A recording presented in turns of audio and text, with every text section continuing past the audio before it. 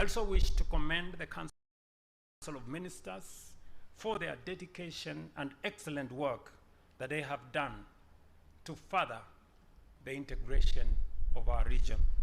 I also express my appreciation to the staff of the community for the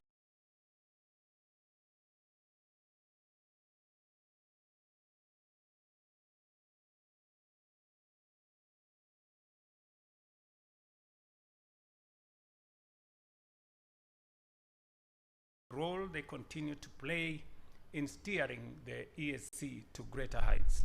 In particular, I congratulate the Secretary General, Veronica Nduva, for successfully steering and realigning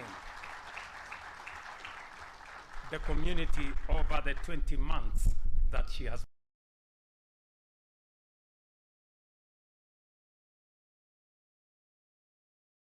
been in charge. In the same vein, I wish to congratulate the newly appointed Secretary General, who will be named shortly, as you take up the mantle.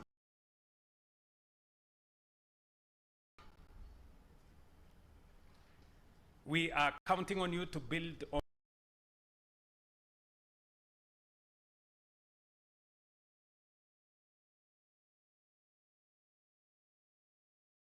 the efforts of your predecessors and take the community to the next level. Finally, I wish the incoming chair great success as they steer the community towards the realization of our common vision of a prosperous East African region. I thank you.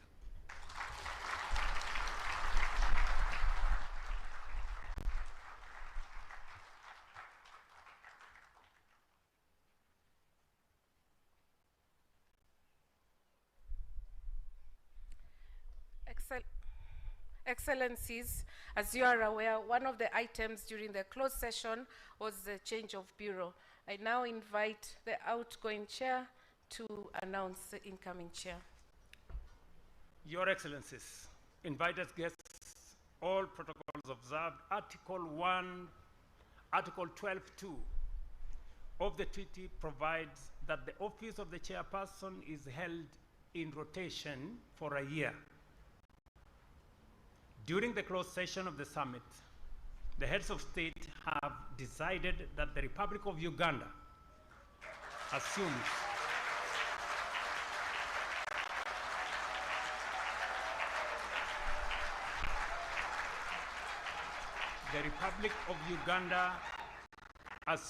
the chair, and the Republic of Rwanda will be the rapporteur.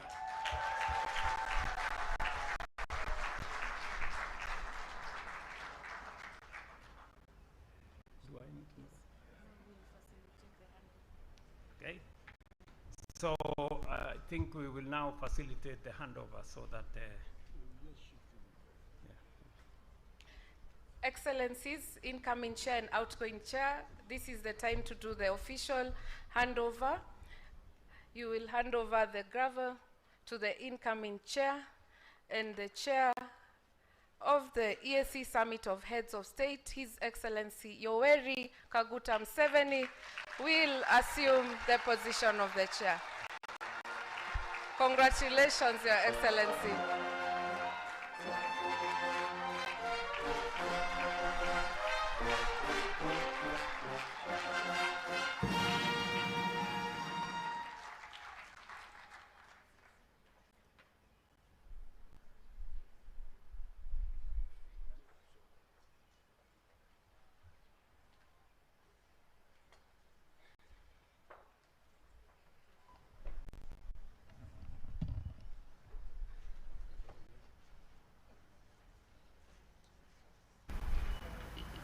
Excellencies, the provisional agenda was circulated before the meeting. Are there any objections to the adoption of the agenda?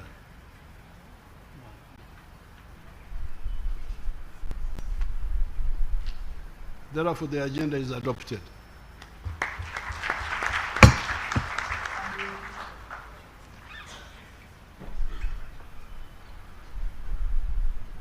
Before we commence the substantive business, I would like to thank Her Excellency Mama Samia Suluhu Hassan for the hospitality extended to all delegations since we arrived in Arusha.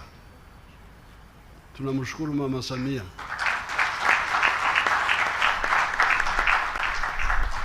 Kwa kutupokea vizuri. Secondly, I want to thank the outgoing chairperson, His Excellency William Ruto, for ably steering the community over the past 1 year.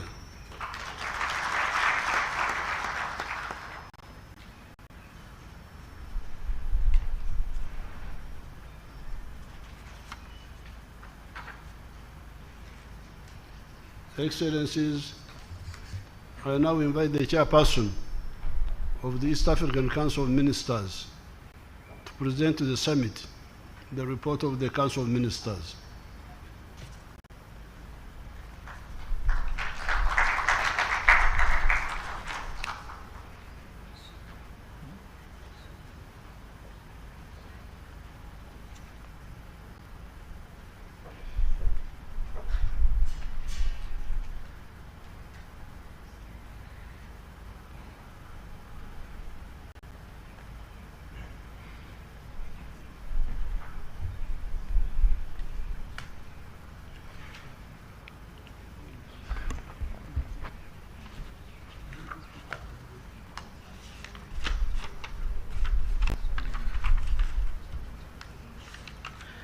Your Excellencies, allow me to write on already established protocol.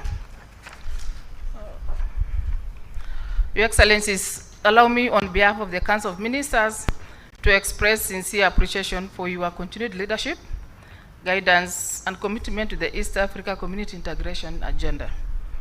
Your support remains central to the progress and achievements recorded by the community. Your Excellencies, the theme of this 25th Ordinary Summit of the East Africa Head of States is deepening integration for improved livelihoods of East Africa community citizens. It reflects a community commitment to strengthening regional integration as a pathway to enhance economic opportunities, promote sustainable development, and improve the quality of life of the people of East Africa. Your Excellencies, it is my honor to present the report of the Council for the period 30th November 2024 to 31st December 2025, highlighting key progress made in advancing the objectives of the community under the pillars of custom union, common market, monetary union, and political federation. Under the custom union pillar, the region recorded notable growth in trade.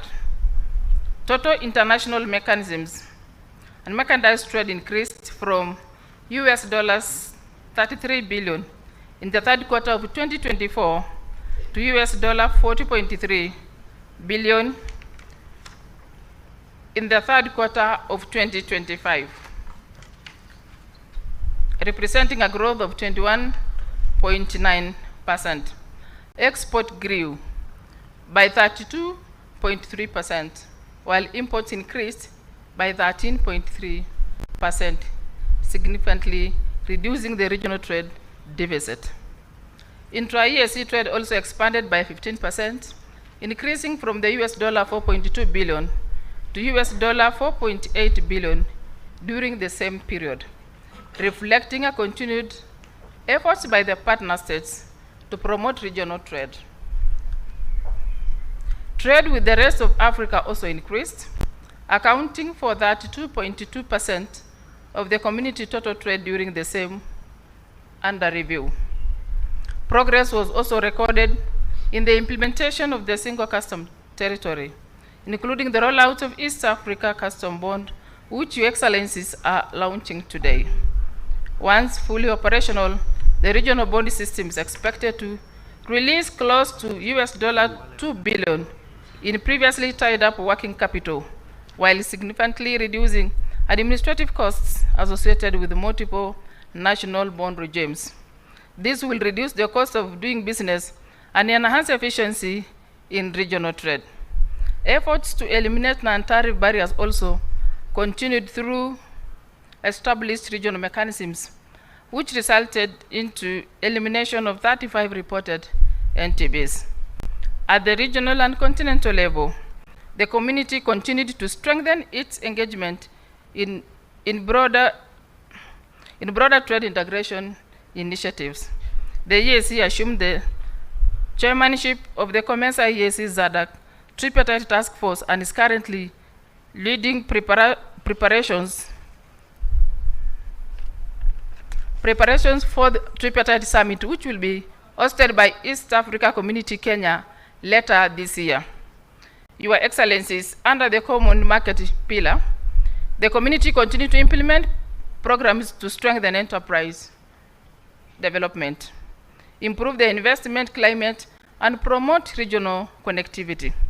The 25th EAC Macro Small Media Enterprise Trade Fair, held in Nairobi from 5th to 16th November 2025, brought together over 2,000 exhibitors from across the partner states, creating significant opportunities for cross-border trade and enterprise partnership. To improve the regional investment climate, the community adopted the East Africa Community Principles of Harmonization of Investment Laws to guide partner states in aligning their national investment frameworks. In the aviation sector, the community inaugurated the East Africa Center for Aviation Medicine in Nairobi in collaboration with the Kenya Civil Aviation Authority. The center will provide standardization regional aeromedical medical oversight training. The community also unveiled the new regional tourism brand, Visit East Africa, Feel the Vibe, to the international market during the International Tourism Boas in Benin in March 2025. The initiative seeks to promote EAC as a single tourism destination and increase international tourists' arrivals. In addition, the community developed a regional framework on pandemic prevention, preparedness, and response aimed at strengthening public health resilience across the partner states. Your Excellencies, under the Monetary Union pillar, the community continued implementing the revised roadmap towards the establishment of East Africa Monetary Union. The community also adopted a framework for coordination of monetary and fiscal policies as an EAC cross-border payment system master plan to guide modernization and integration of payment systems across the region. Your Excellencies, under the political federation pillar, the community has continued to engage in stakeholders consultations on the draft constitution of the EAC Political Confederation. The community also remained actively engaged in supporting regional peace and security initiatives, including the EAC-led Nairobi process for peace in Eastern DRC. Your Excellencies, the community has also finalized the 7th EAC Development Strategy for the period 2026-2027 to 2030-2031, which Your Excellencies will be launching during this summit. The strategy is anchored on the vision of attaining an integrated, stable, and resilient EAC that ensures shared prosperity for all East Africans. Your Excellencies will also recall the continued involvement of the youth in the integration process through the EAC Secondary School essay writing competition. During this summit, Your Excellencies will recognize and award the regional winners of 2024 competition. The Council commends these students for their creativity, dedication, and the thoughtful contributions towards the advancing the ideals of EAC integration among the youth.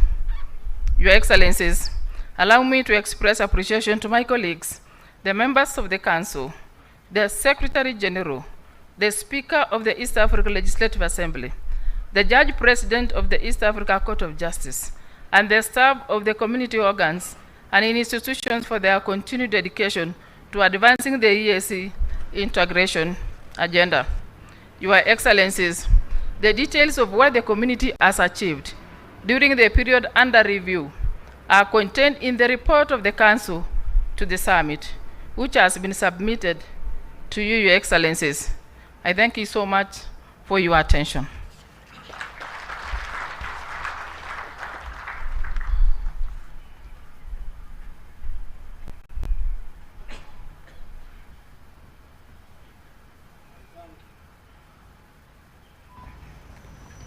I thank the Minister for her statement. Excellencies, I now invite you to make comments, if any, on the report of the Council. Any comment? No comment. So the report is adopted.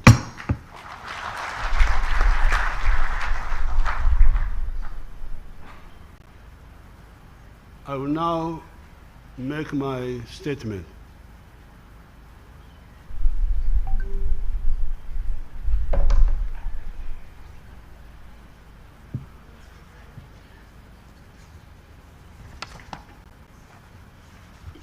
Your Excellencies, heads of state of the East African Community,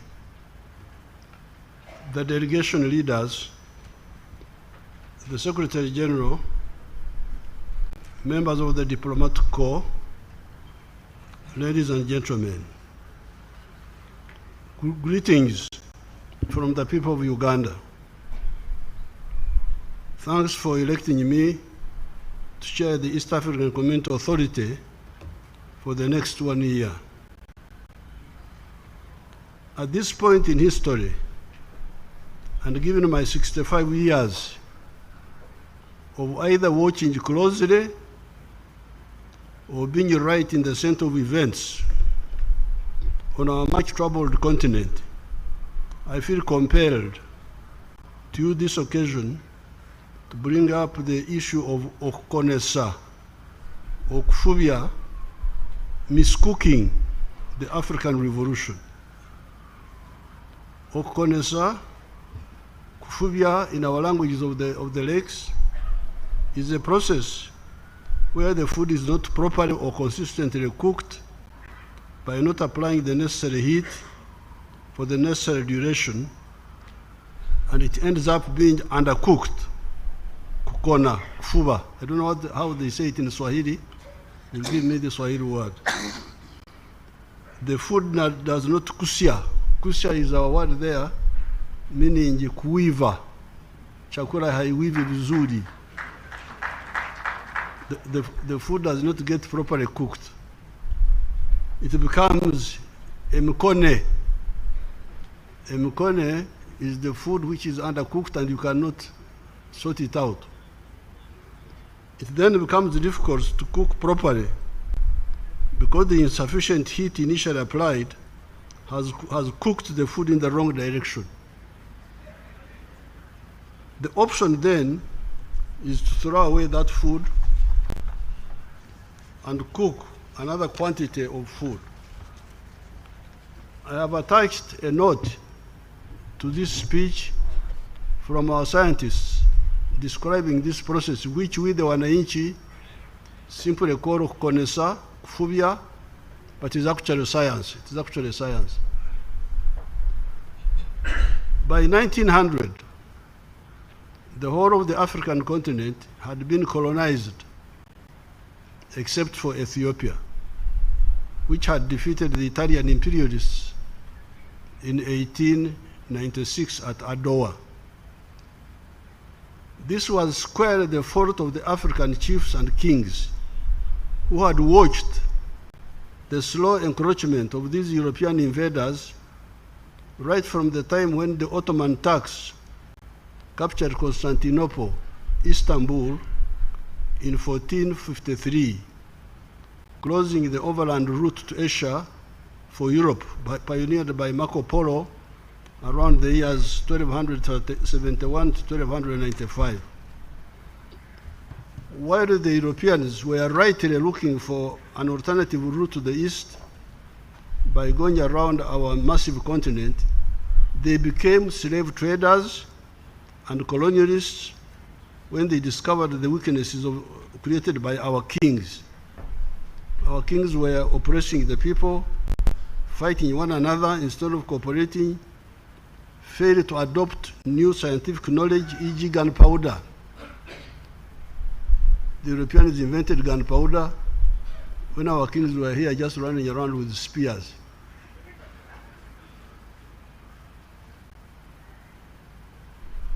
Many of the kings participated in the slave trade, selling our people. The Bible says the wages of sin is death. It says in the book of the Romans, chapter 6, verse 23. And somewhere else the Bible says, whatever a man sows, that's what he reaps. It says in the book of the Galatians, chapter 6, verse 7 to 8. By 1900, all those African kings were either dead or captured or had capitulated to subservience. They had squandered the time when they could have done the necessary changes to immunize us against domination. Ever since 1498, when Vasco da Gama passed by the East African coast, here in Zanzibar, Mombasa, attacked Mombasa, Vasco da Gama actually attacked Mombasa and continued to India. It was a whole 402 years wasted. Those kings wasted 402 years. No scientific innovation, no unit among themselves, etc. They paid for their mistakes. Kabarega, our kings there in Uganda, Mwanga, Chetwayo, the one in South Africa, even here Mkwawa, I don't know whether he was captured or what. He tried to fight, etc. were either dead or captured. Unfortunately, the whole of Africa also paid for having slaves torn away from their country, freedom hijacked, resources stolen, etc. Africa, by 1900, was facing a catastrophe. Some of the people that were colonized in Latin America, North America, Australia, were exterminated, or only very few of them are still surviving, and their lands were taken over by other people. However, while the leadership of Africa has been problematic for centuries, the populations are tough, hardworking, and wealth creators for millennia. Unlike the American Indians or Aboriginal Australians, we died during the colonial aggression, but did not perish. Our cattle, goats, sheep, chicken, etc., that stay with us in our hearts, had long vaccinated us against the deadly zoonotic diseases between man and animals that had exterminated the other indigenous peoples. That gave opportunity for new and more potent forces to emerge and become the vanguard of the African resistance. Who were these who resisted? There were two clusters initially. The African-American Pan-Africanists in the persons of W.B. Du Bois, Marcus Garvey, Pademore, etc., and the African National Congress of South Africa that was founded in 1912. The Historical Mission now for the black race and the other colonized peoples was liberation against imperialists through the worldwide anti-colonial movement. In the case of Africa, the historical missions were liberation, ukombozi, uhuru, modernization, creation of prosperity, and provision of strategic security against all threats. How were we to achieve this? Uhuru na umoja, freedom and unity. Unity, freedom would enable us to control our destiny again. Umoja would enable us to address the issue of prosperity and strategic security. How was prosperity to be achieved? and how is it achieved in other countries? With modern economics, prosperity is achieved through the production and sale of the goods or services that one is capable of producing. To sell, however, you need markets. Producers need buyers to succeed.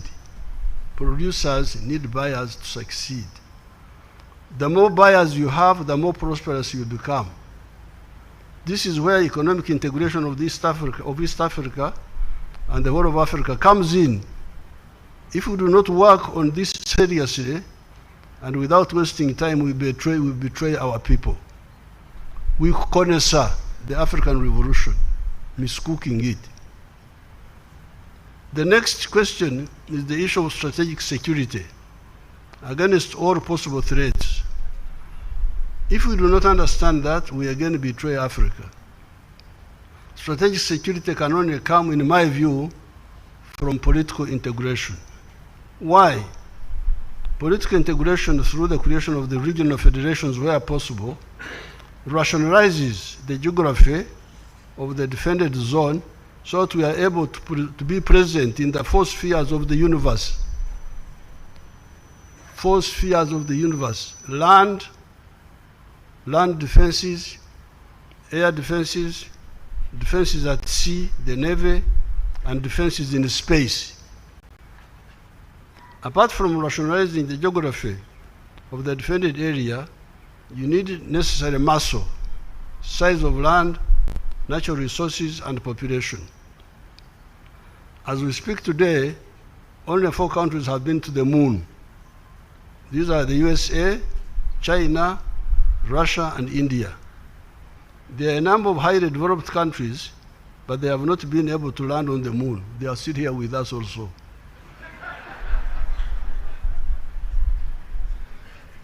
Is there something to size? In any case, there is no harm in having a big political unit through the political integration, where possible, to conclude this short statement, we need to answer the following questions. These are: if we do not create a big market, how do we intend to encourage and support the wealth creators in the respective countries? If we do not create a big and reliable market for our wealth creators, how do businesses expand to produce more products, create more jobs, and pay more taxes? The answer is, if we are not able, no, the other question is, if you are not able to operate in the 4 spheres, land, air, sea, and space, how do we hope to guarantee our strategic security? Somebody is on the moon looking at you, you don't see him, how do you protect yourself?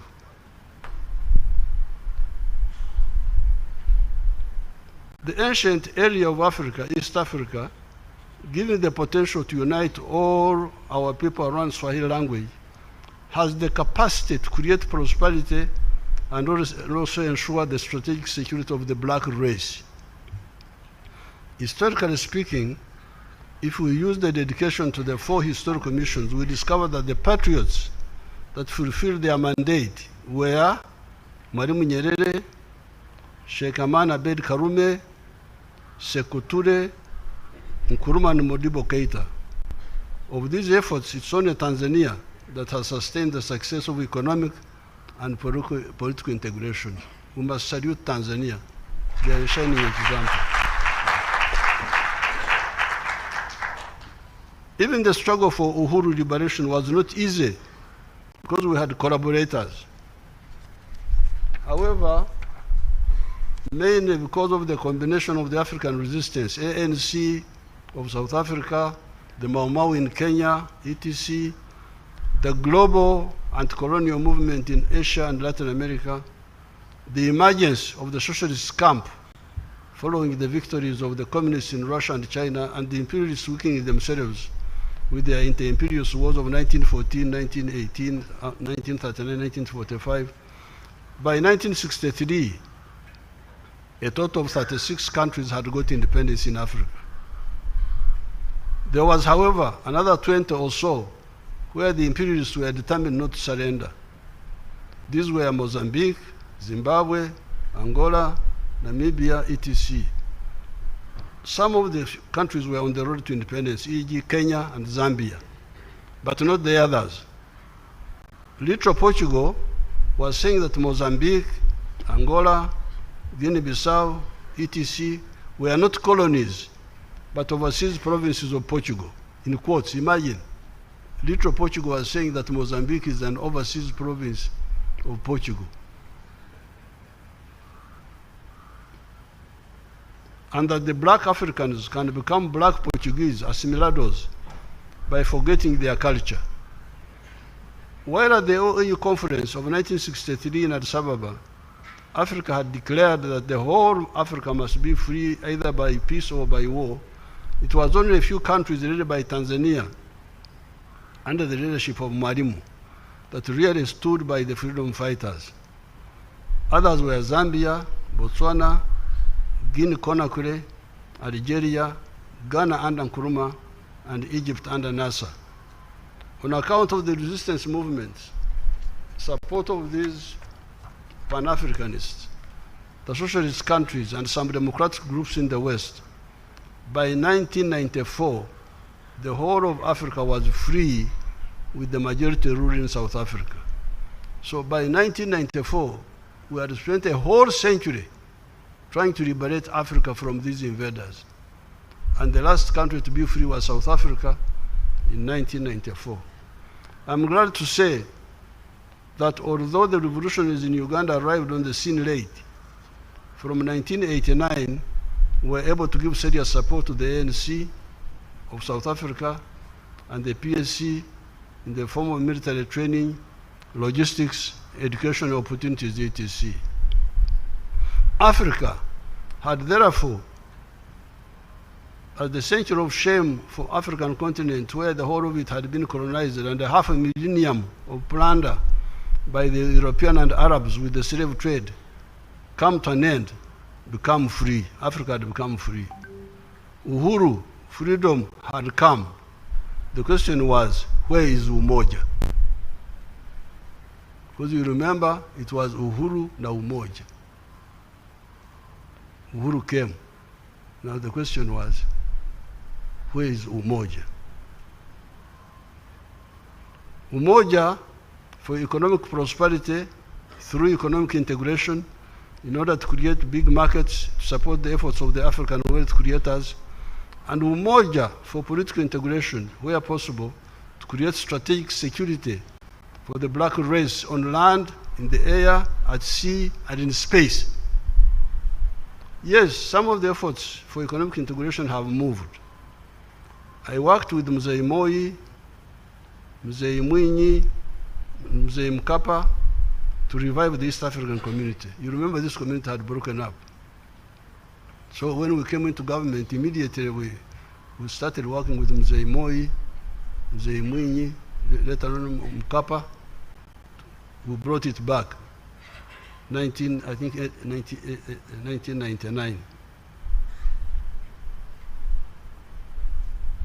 I salute Rwanda, Burundi, South Sudan, Somalia, and the Democratic Republic of Congo for joining the East African community. Let us fully implement the charter of the East African community and the roadmap, as His Excellency Mr. President Ruto was reporting.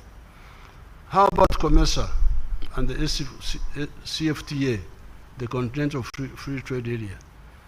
Some actors seem to treat this integration as optional. In my view, I have always heard that it is mandatory to unite or risk perpetual marginalization. How about political integration? In the case of East Africa, we the Pan-Africanists have never relented.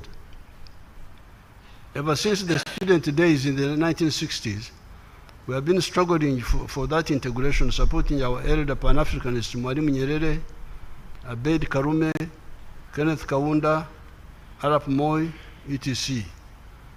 With Mzee Kibaki, Mzee Mkapa, Prince Kagame, Prince Nkurunziza, we called for the fast tracking of the federation in the year 2014.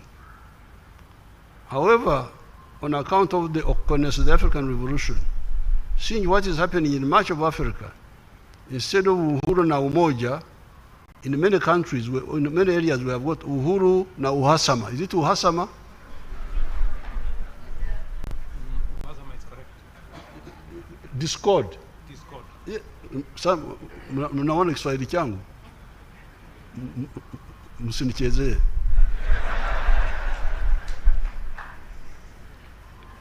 So instead of uhuru na umoja, we have uhuru na uhasama, freedom and discord. In Uganda, we have a Uganda proverb. It goes like this. Ekitata muhima tekimumala konte. In English, it means that if a muhima, one of the tribes in Uganda, does not die, even if he loses cattle, on account of his dedication to cattle keeping, he will do everything possible to get new cattle.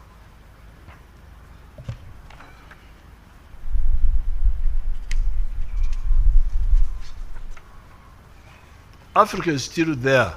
Although we have lost opportunities, but we can catch up.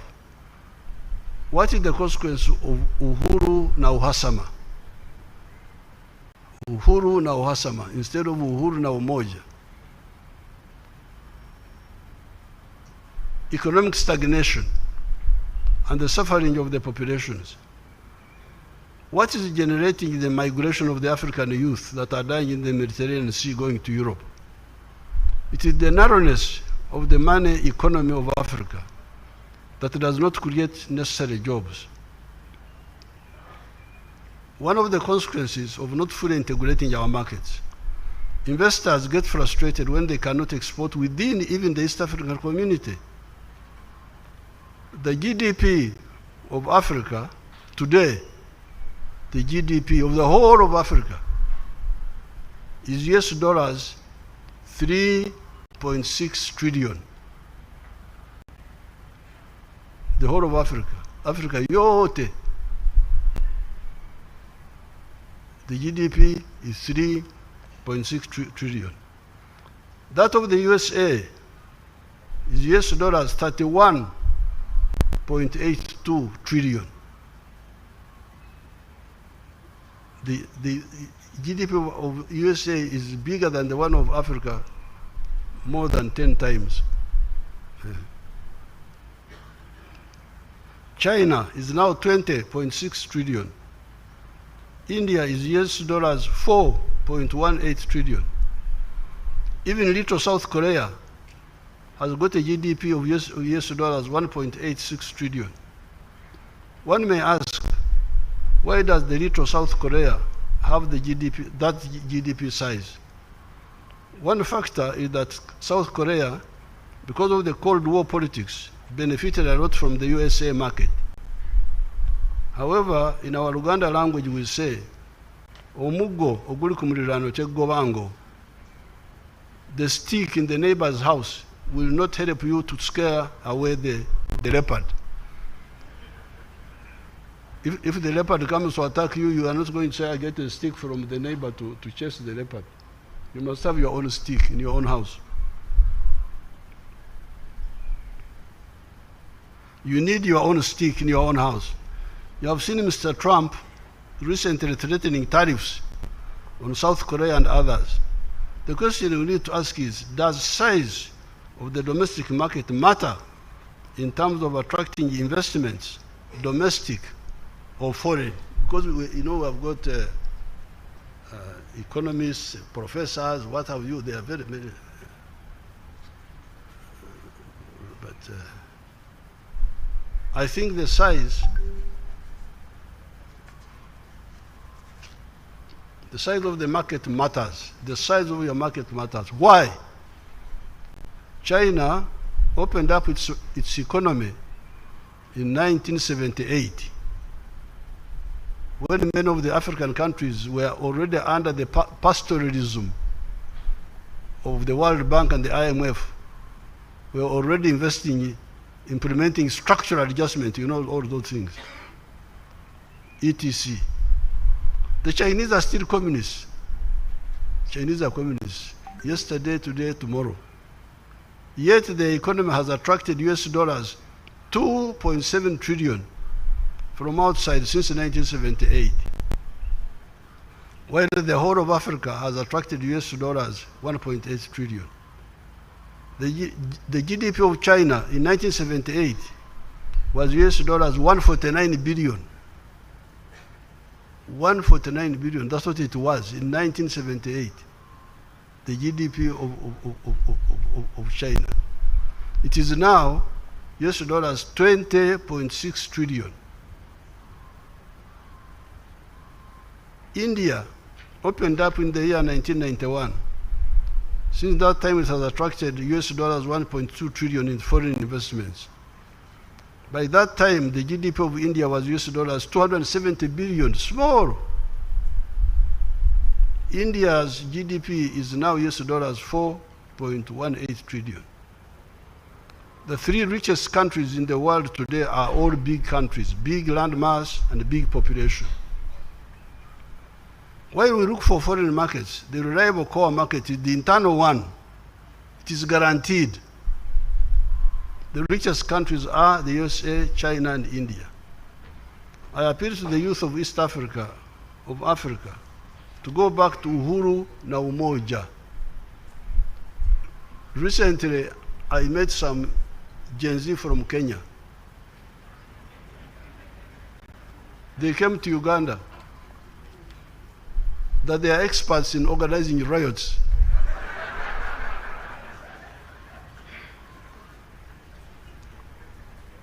And they had come to Uganda to give technical support.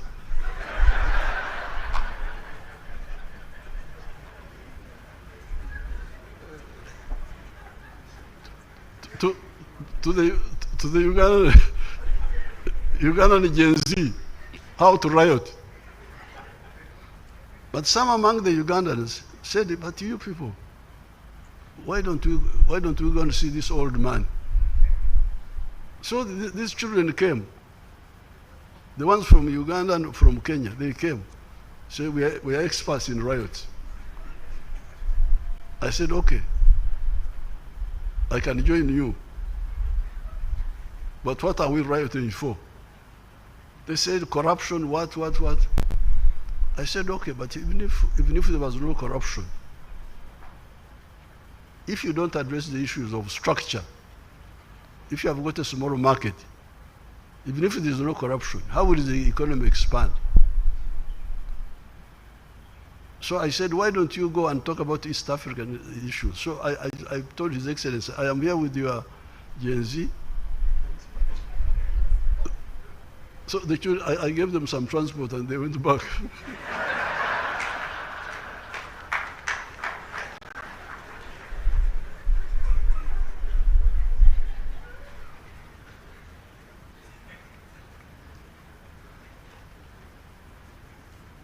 I appeal to the youth of East Africa to go back to uhuru na umoja. This uhuru na uhasama is really a disaster. I had the last supper with Mwalimu in a house near here in Arusha. Mr. Butiku and Mr. Marwa Adam were present. When I arrived for the dinner, I saw a Tanzanian girl who spoke Chihaya, whom I knew, standing on the veranda waiting for me. She was one of Mwalimu's aides. I greeted her in the Chihaya, which is close to the dialects of Uganda. Wabonaki, I said. She answered, Tinka boine kanshana na boneiwe. Abahaya mwachurra. Mwachurrecho. The greeting is in the form of a question. The question is, what have you seen? The answer is, I have seen nothing special except you now. Then I asked, Nokorono Mugursi, you work with Mzee these days? Her answer was yes. Mwalimu overheard us. He asked, Mnasema lugha gani? Mwalimu asked us, he didn't know. What language are you speaking? I explained to Mwalimu that all the dialects up to Mwanza are close to Runyankore, my dialect. I was surprised Mwalimu did not know that. Even the Kisukuma, Chinyamwezi, and other dialects in Tanzania, Rwanda, Burundi, Kenya, DRC are close to the dialects of Uganda. Swahili contains a lot of words from the dialects of Bara kule kwetu, huko ndani, inland Africa. What God has put together, man shall not put asunder. It says in the book of Mark, chapter 10, verse 9. During that Last Supper with Mwalimu, here in Arusha, I was discussing with him the very issues I'm telling you now.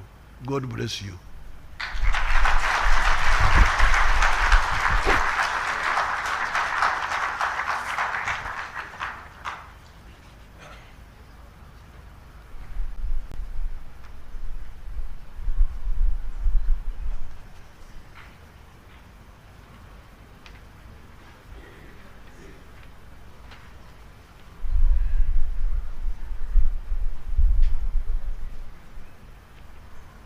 Excellencies, permit me, I will handle agenda items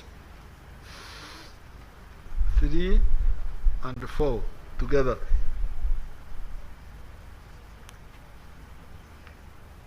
Excellencies, you recall that during our closed session, the heads of state appointed a Secretary General for the East African Community and the judges of the Court of Justice. We now proceed to witness the swearing in of the appointed persons.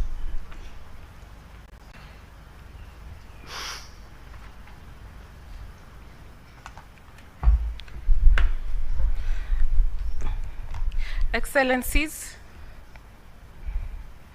I will now proceed to introduce the new Secretary General to the plenary that has been appointed by the summit, and I will request the Registrar of the Court to prepare for the swearing-in of the Secretary General and the judges appointed.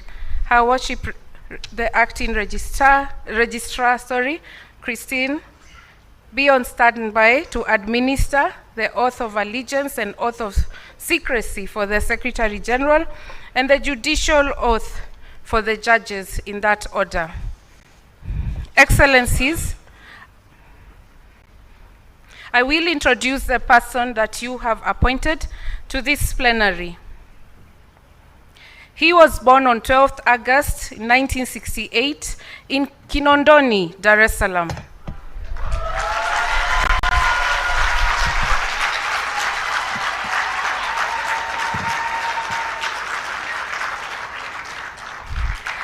He is an East African of Tanzanian origin and is a holder of a master's degree in economic policy management from Makerere University and a bachelor degree of arts in economics from the University of Dar es Salaam. He defines himself as highly motivated, conscientious, and committed civil servant with 28 years experience in civil service. The incoming Secretary General is well vested with a wealth of knowledge and experience on EAC integration, capacity building, with results of 19 years engagement on it. He has been steering the Tanzanian delegation in the Coordination Committee, meeting of senior officials of the EAC Council of Ministers, meeting of the EAC Sectoral Council at senior officials levels, leading Tanzanian experts in EAC technical meetings ranging from political, peace, security, finance, and administration initiatives, among others. During his 19 years of engagement in EAC activities, he has actively participated in negotiations of various legal and policy instruments as team member or leader of Tanzania delegation. At national level, he coordinates public and private sectors institutions participating in EAC meetings, as well as implementation of summit council sectoral decisions and directives in Tanzania. He boasts of his financial and human resource management skills and management team leader, director, and accounting officer, where at the ministry, clean audit certificates have been received for consecutive last 4 years. With your permission, Excellencies, allow me to ask Ambassador Stephen Patrick Bundi to stand up.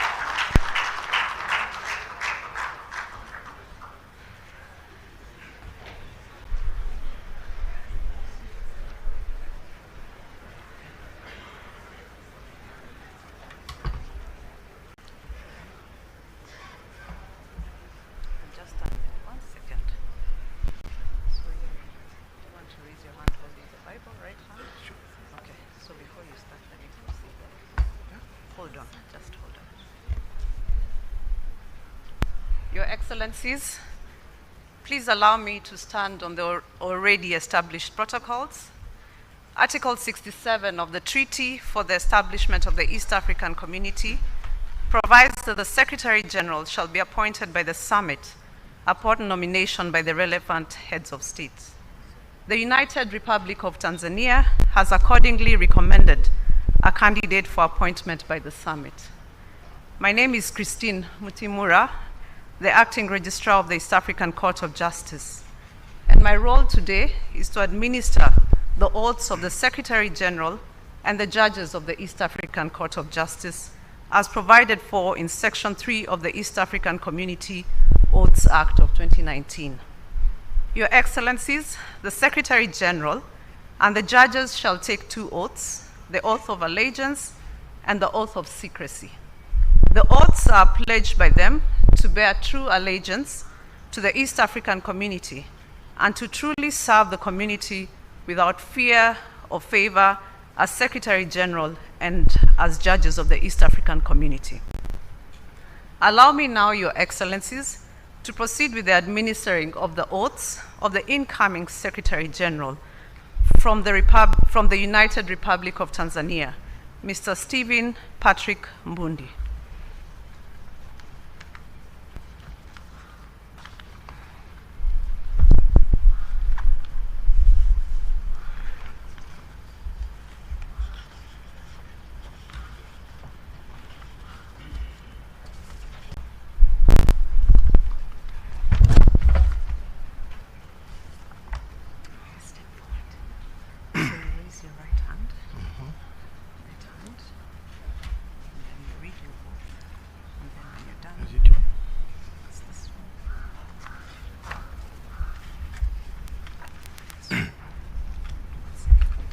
I, Stephen Patrick Mbundi, do solemnly swear that I will not directly or indirectly communicate or reveal any matter to any person which shall be brought under my consideration or shall come to my knowledge during the discharge of my duties, except as may be required for the discharge of my official duties or as may be specifically permitted by the Summit of Heads of State and the Council of Ministers.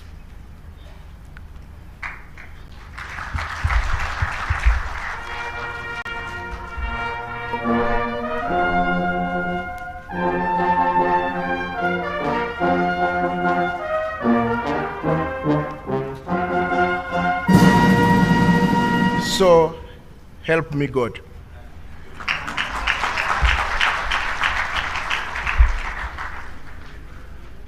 I, Stephen Patrick Mbundi, having been appointed Secretary General of the East African Community, do solemnly swear that to exercise loyalty, discretion, and conscience in the performance of the function entrusted to me in accordance with the provision of the Treaty for the Establishment of East African Community, and regulate my conduct with the interests of the community and not to seek or accept instruction in regard to the performance of my duties from any partner states or other authority external to the community. So help me God.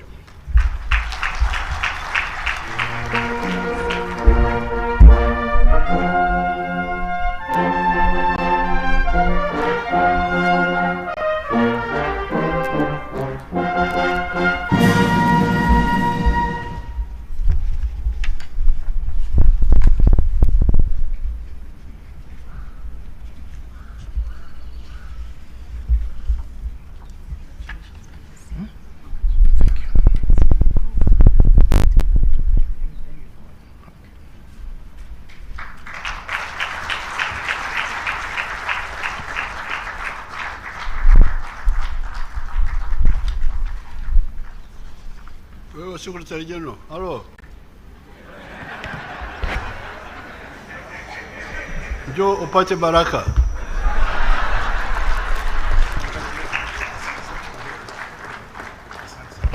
Usomea Makele.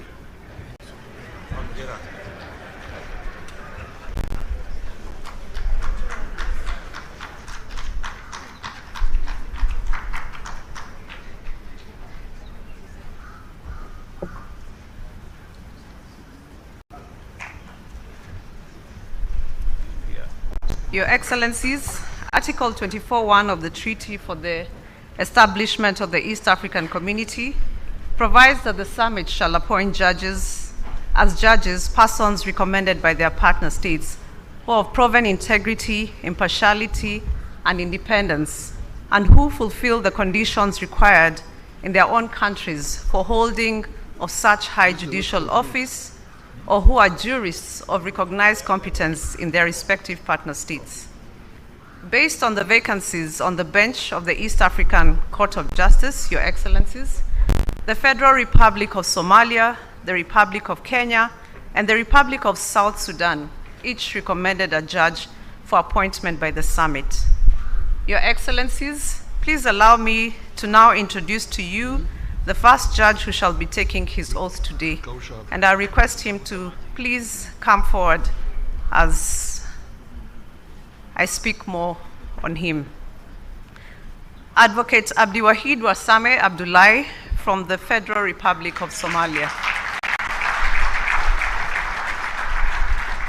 Your Excellencies, Advocate Abdiwahid is a Somali national who, until recently, was serving as a case reviewer in the prosecution division of the Columbus City Attorney's Office. He's a holder of various qualifications, including a Master of Laws in Comparative and Constitutional Law from Ohio State University. He's a seasoned lawyer, having served in different capacities, including as a state prosecutor for the Banadi Regional Court in Somalia and as a legal counselor at the Prosecution Resource Unit of the Columbus City Attorney's Office. Your Excellencies, Advocate Abdiwahid has had a long and flourishing career. To mention all the positions that he has held would not be in the interest of your time. May I now invite Advocate Abdiwahid Wasame Abdullahi to step forward and take his oath as judge of the First Instance Division of the East African Court of Justice.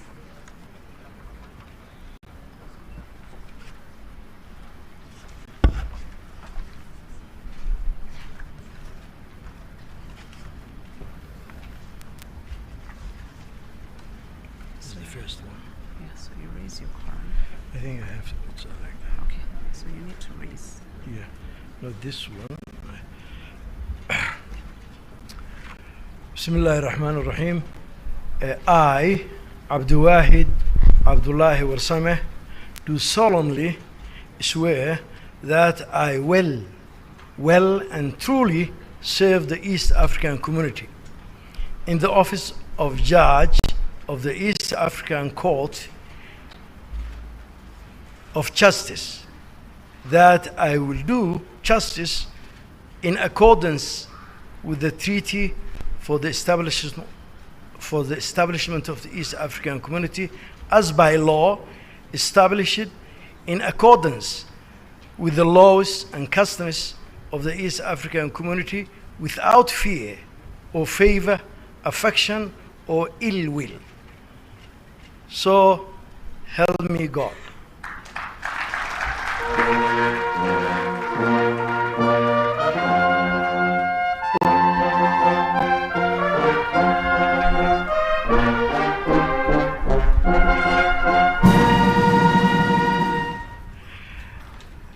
I, Abdullahi Warsame, do solemnly swear that I will be faithful and pay true allegiance to the East African community, and that I will preserve, protect, and defend the treaty for the establishment of the East African community as by law established. So help me God.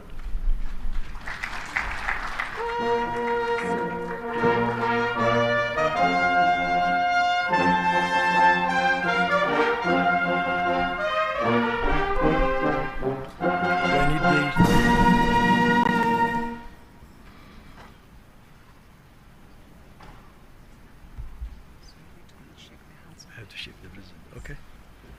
I have to start. Mr. President. Thank you. Congratulations.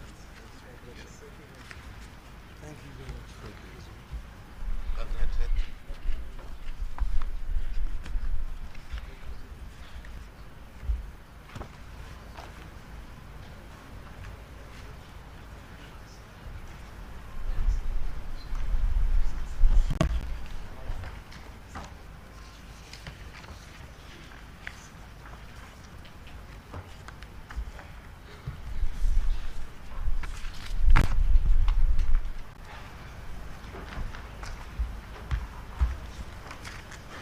Your Excellencies, allow me to now introduce to you the second judge who shall be taking her oath today, the Honorable Anne Atieno Amadi, CBS, from the Republic of Kenya. Honorable Amadi was until recently serving as an advocate of the High Court of Kenya. She's a holder of various qualifications, including a Master of Criminal Justice from Boston University.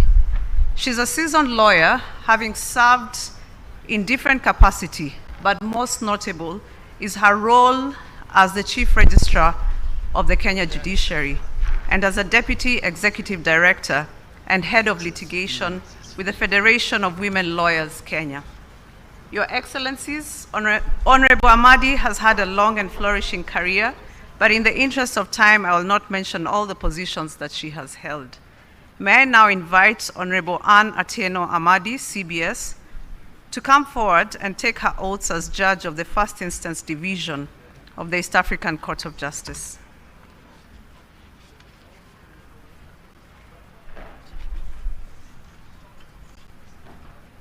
Yes, front is so small. It's okay. Raise your hand, your right hand.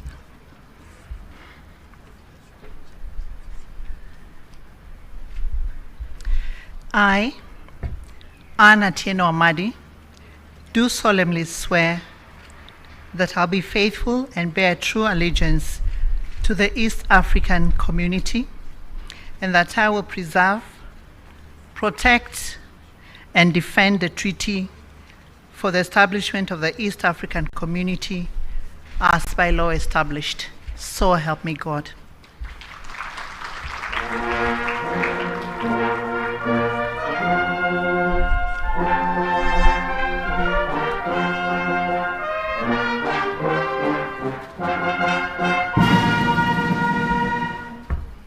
I, Anne Atieno Amadi, do solemnly swear that I will well and truly serve the East African community in the office of Judge of the East African Court of Justice, and that I will do justice in accordance with the treaty for the establishment of the East African community as by law established, and in accordance with the laws and customs of the East African community, without fear or favor, affection, or ill will.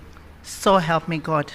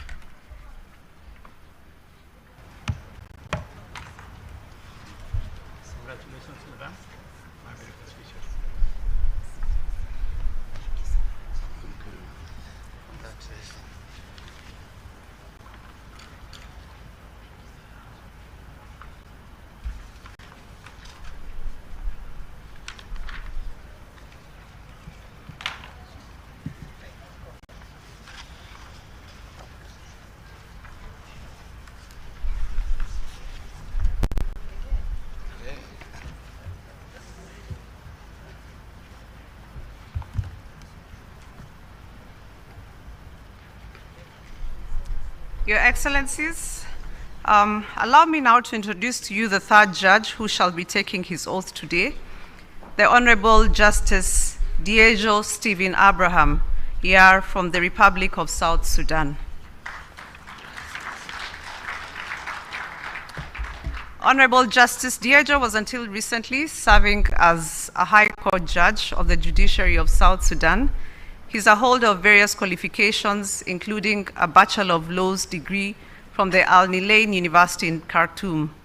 He's a seasoned judge, having served in different capacities, including as a first-grade judge of the County Court of the Judiciary of South Sudan, and as a third-grade district judge in the Judiciary of the Sudan. Your Excellencies, Justice Diego has had a long and flourishing career. To mention all the positions that he has held would not be in the interest of your time. May I now invite the Honorable Justice Diego Stephen Abraham Yar to step forward and take his oath as judge of the First Instance Division of the East African Court of Justice.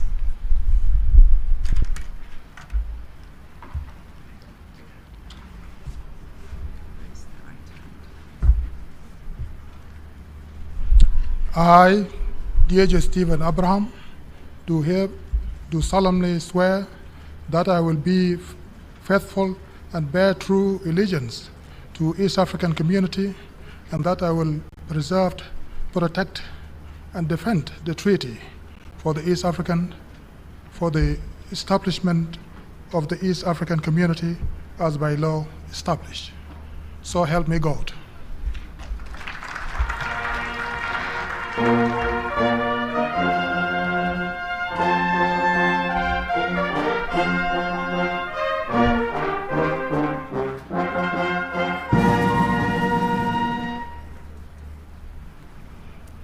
I, Diego Stephen Abraham, do solemnly swear that I will well and truly serve the East African community in the office of judge at the East African Court of Justice, and that I will do justice in accordance with the treaty for the establishment of the East African community as by law established, and in accordance with the laws and customs of East African community, without fear or favor, affection or ill will. So help me God.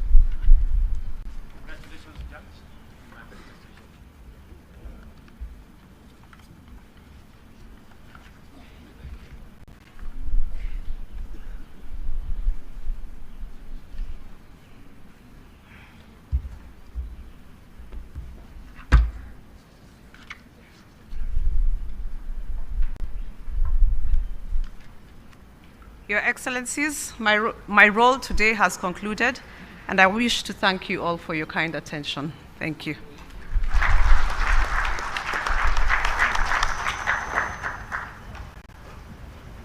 Your Excellencies, thank you very much, Your Worship, the Registrar of the East African Court of Justice. Congratulations to all, to the newly appointed Secretary General and the judges who have been appointed. I'd like to request the band to continue to give us a musical interlude while the Excellencies sign the various instruments of the community. We have finished. I've been overruled. The next item, ladies and gentlemen, is the launch of the ESC, the 7th ESC Development Strategy and the ESC Customs Bond. I now invite Your Excellencies to launch the 7th East African Community Development Strategy and the East African Customs Bond. How would we launch it? You can can declare. We launch it.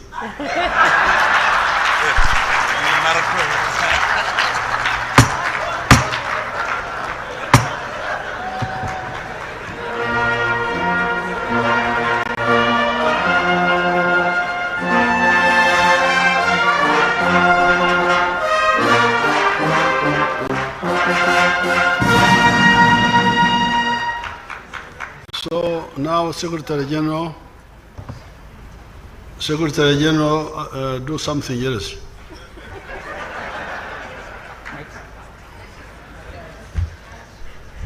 Thank you, Your Excellencies. We are just bringing up the dummy development strategy for your signatures. I request you assist with bringing it up. It is representative of our 7th development strategy, whose theme is focused on deepening integration.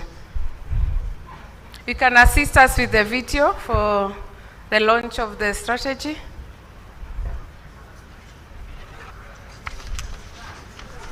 It's done, eh? Okay. Your Excellencies. Don't waste time, we have done it, we're finished. I now invite their Excellencies to make statements. There's a customs bond first. Where is it? It's the customs bond. We need to launch the customs bond. Where is it? Outside. It's on screen. Oh, okay, just one moment. Where is the screen? What do we do? Thank you, Chair. We request for your indulgence for 2 things. For the launch of the East Africa Customs Bond, which is a big milestone as was outlined earlier. That one does require video, so kindly please let us pull it up. And then the students who are being awarded by their Excellencies for the essays, you'll be making your way here as the video is played. Do we have the video ready?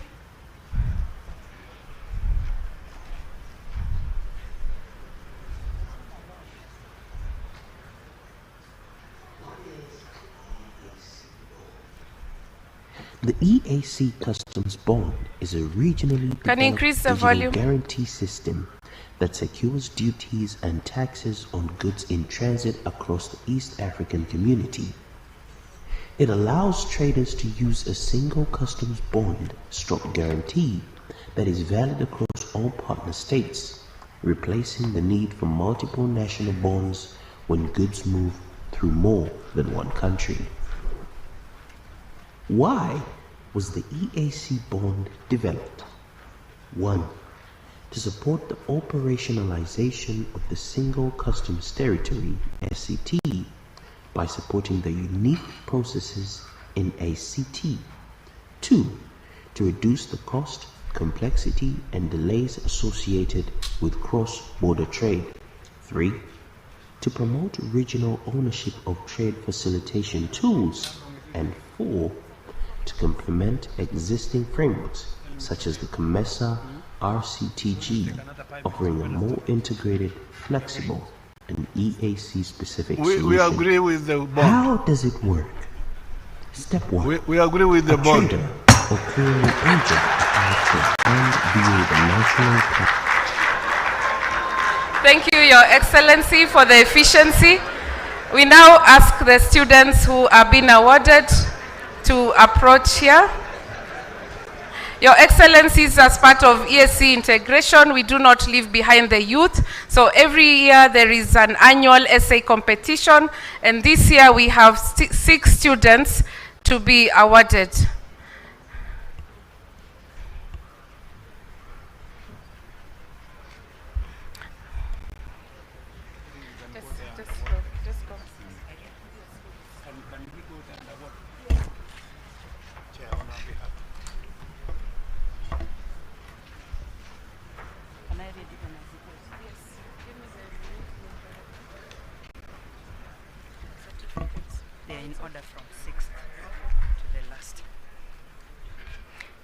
Thank you, Your Excellencies, and I will read.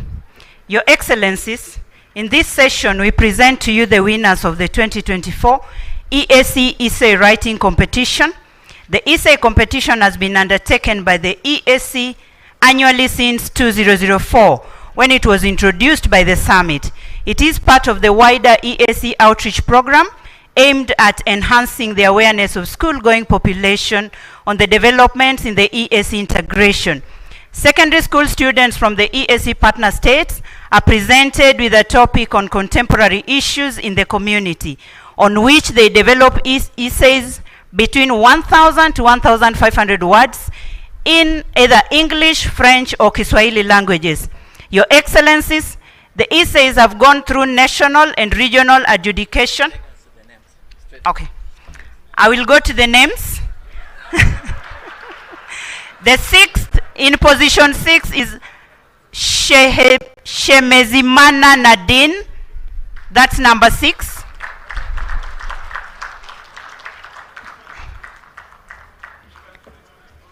That is from Republic of Burundi.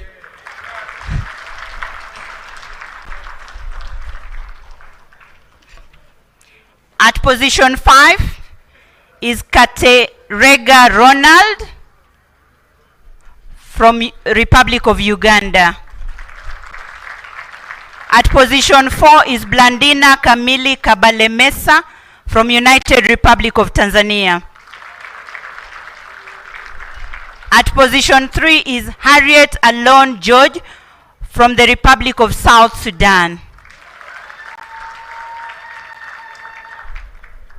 At position 2 is Kingsley White Sifuna from the Republic of Kenya.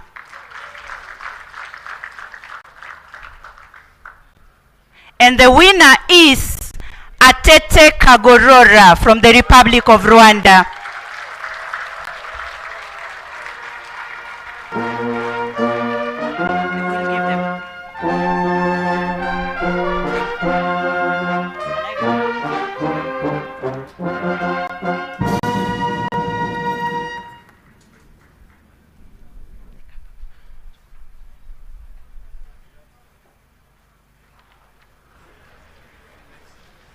We're done, Your Excellency. We're finished.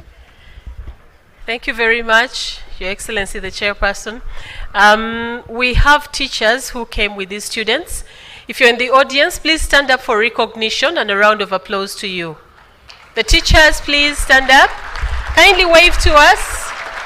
Congratulations. The success of your students is your success as well. Thank you very much. Congratulations, SA Award winners of 2024. You can now take your seats. Thank you very much. Your Excellencies,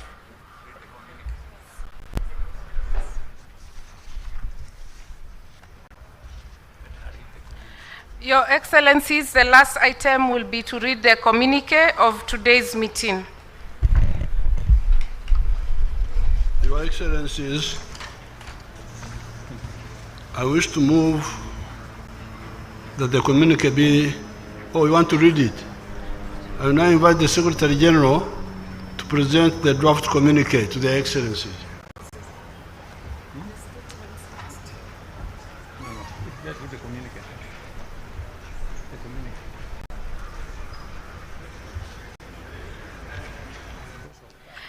Their Excellencies have guided me that I read their communique before they do their statements.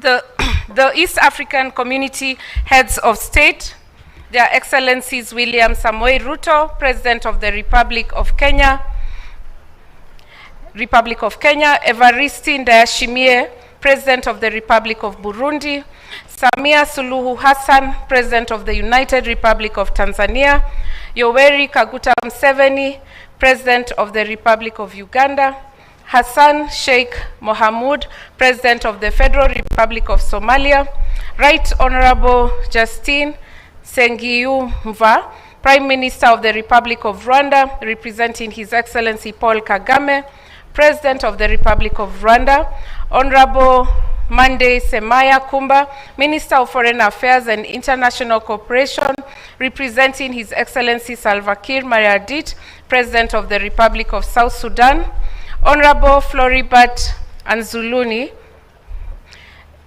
Minister of Regional Integration, representing His Excellency Félix Antoine Tshisekedi Chilombo, President of the Democratic Republic of the Congo, held the 5th Ordinary Summit of the East African Community Heads of State on the 7th of March 2026 in Arusha in the United Republic of Tanzania.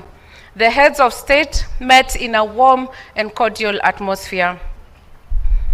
The summit received a progress report on the implementation of the previous decisions relating to the EAC-led Nairobi process on the restoration of peace in Eastern Democratic Republic of the Congo, and A, took note of the progress made in restoring peace and stability in Eastern Democratic Republic of Congo. B, commended His Excellency Dr. William Samoei Ruto, CGH, President of the Republic of Kenya and Chairperson of the East African Community, for steering the implementation of the decisions of the summit relating to the peace and security situation in Eastern DRC and coordination of the process. C, called on all parties to the conflict to cease hostilities and observe immediate ceasefire while recommitting to peaceful resolution of their differences. D, urged the African Union to provide requisite financial and logistical resources to the AU-led mediation process on Eastern DRC to ensure expeditious and sustainable engagement of the process till conclusion. E, took note of the efforts of His Excellency Yoweri Kaguta Museveni, President of the Republic of Uganda, under the International Conference of the Great Lakes region, and agreed that all initiatives and recommendations arising under the ICGLR should be channeled through the African Union.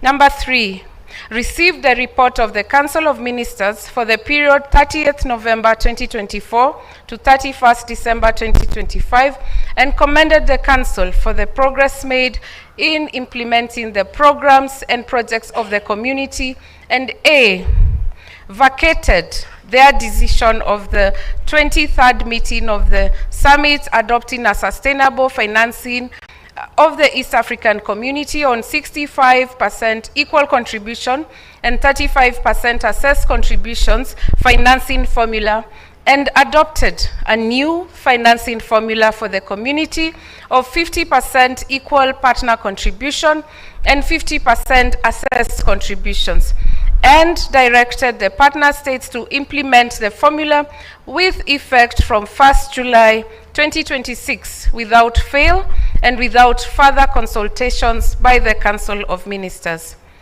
B, decided to waive as a one-off 50% of all arrears due to all partner states due to the prevailing circumstances in all partner states, on the condition that the 50% is paid within 2 years from 7th of March 2026. C, directed the Council to finalize the schedule of sanctions, taking into account the new financing formula adopted by the summit, and report to the 26th meeting of the summit.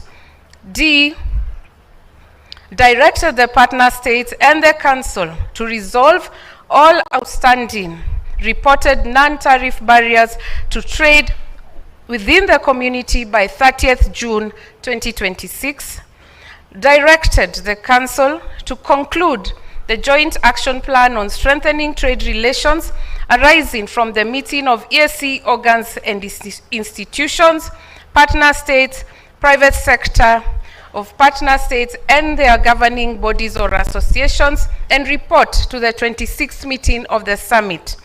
F, directed Roman 1, the Republic of South Sudan to conclude domestication of the treaty to facilitate effective implementation of programs and activities of the community. Roman 2, the Federal Republic of Somalia and the Democratic Republic of the Congo to fast-track domestication of the treaty to facilitate effective implementation of programs and activities of the community. Roman 3, the Council to conclude negotiations on the roadmap for integration of the Democratic Republic of the Congo into the community before 30th June 2026.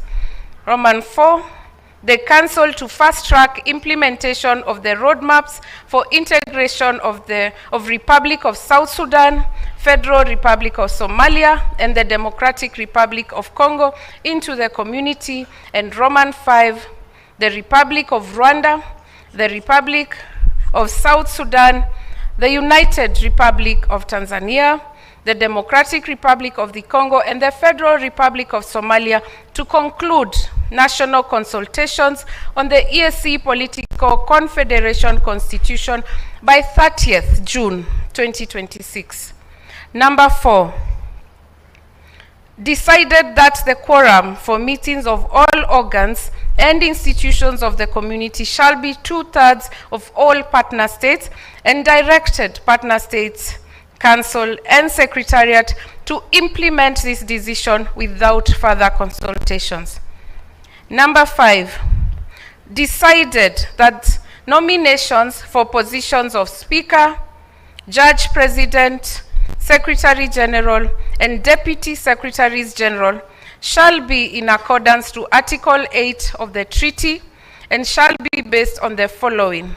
Roman 1, ratification of all community legal instruments. Roman 2, domestication of the treaty. And Roman 3, full implementation of the roadmap for the integration of a partner state.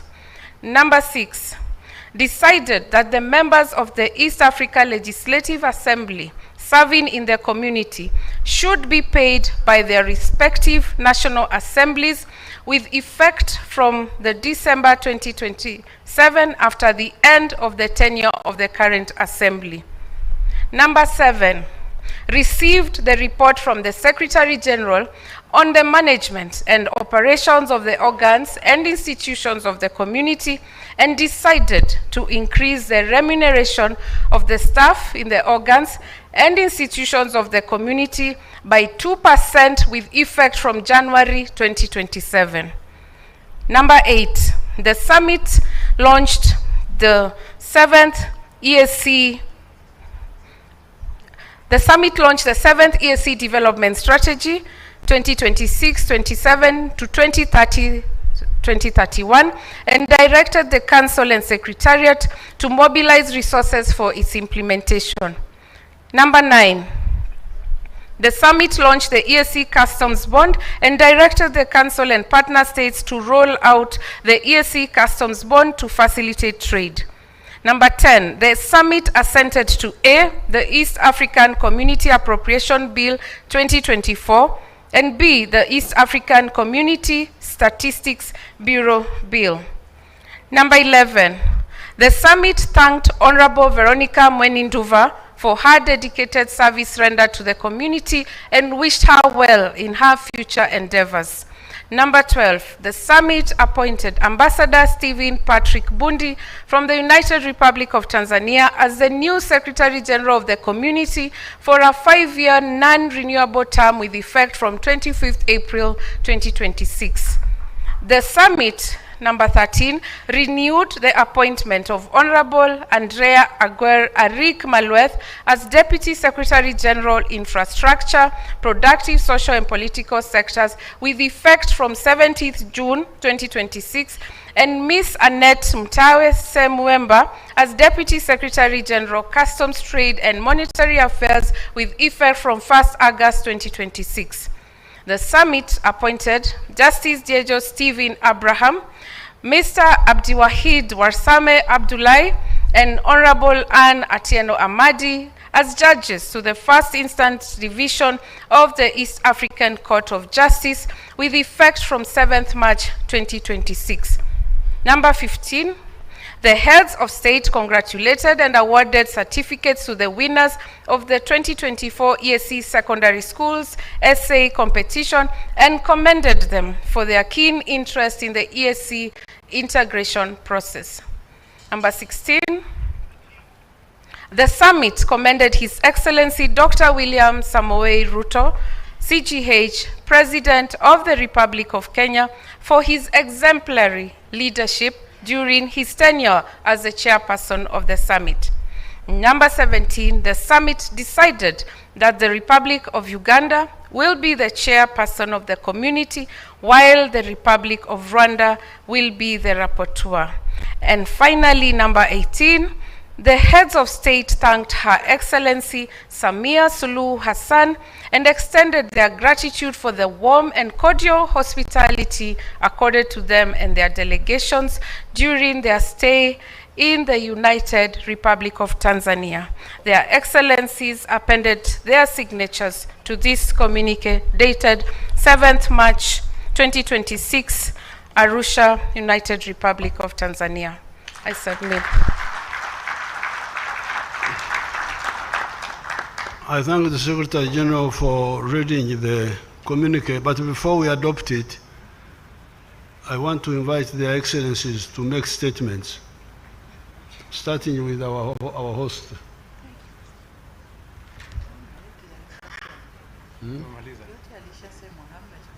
Okay.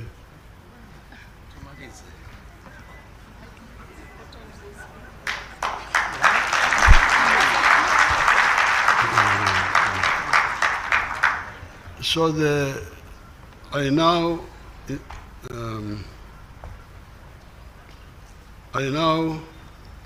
move that the communique be adopted.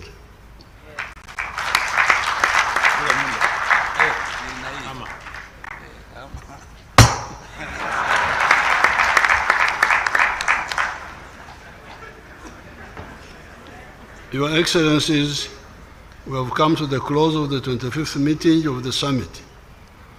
I wish to thank our host, Her Excellency Mama Samia Suluhu Hassan, for the hospitality extended to our delegations. And I wish all delegations safe travels back home. Thank you so much.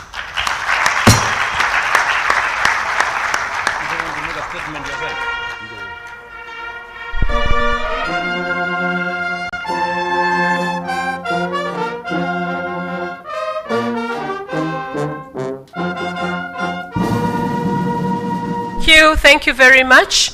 May we have the anthems, please?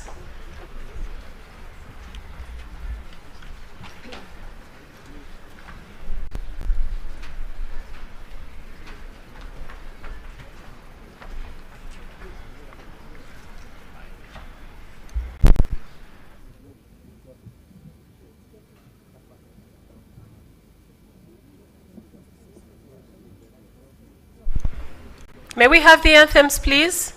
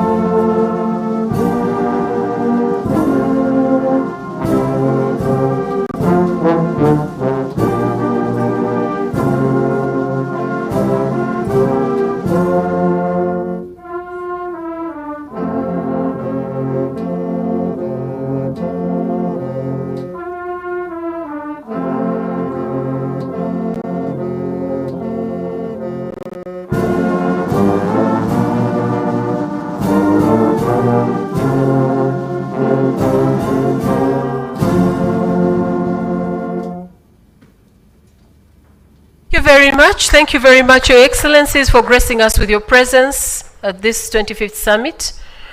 Thank you, honorable ministers, distinguished delegates, all protocol observed. We've come to the end of the event. We wish you journey masses back home. Thank you.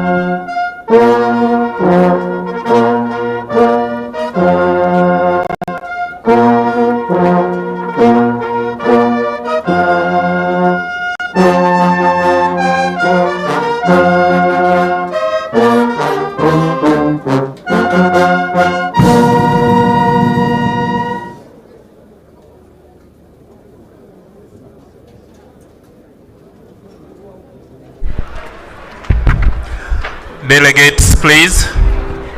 Lunch is served. Lunch is served for those who can manage to have lunch where we had the tea. So those who are able to have lunch, please welcome for lunch where we had the tea at 10 o'clock. Thank you.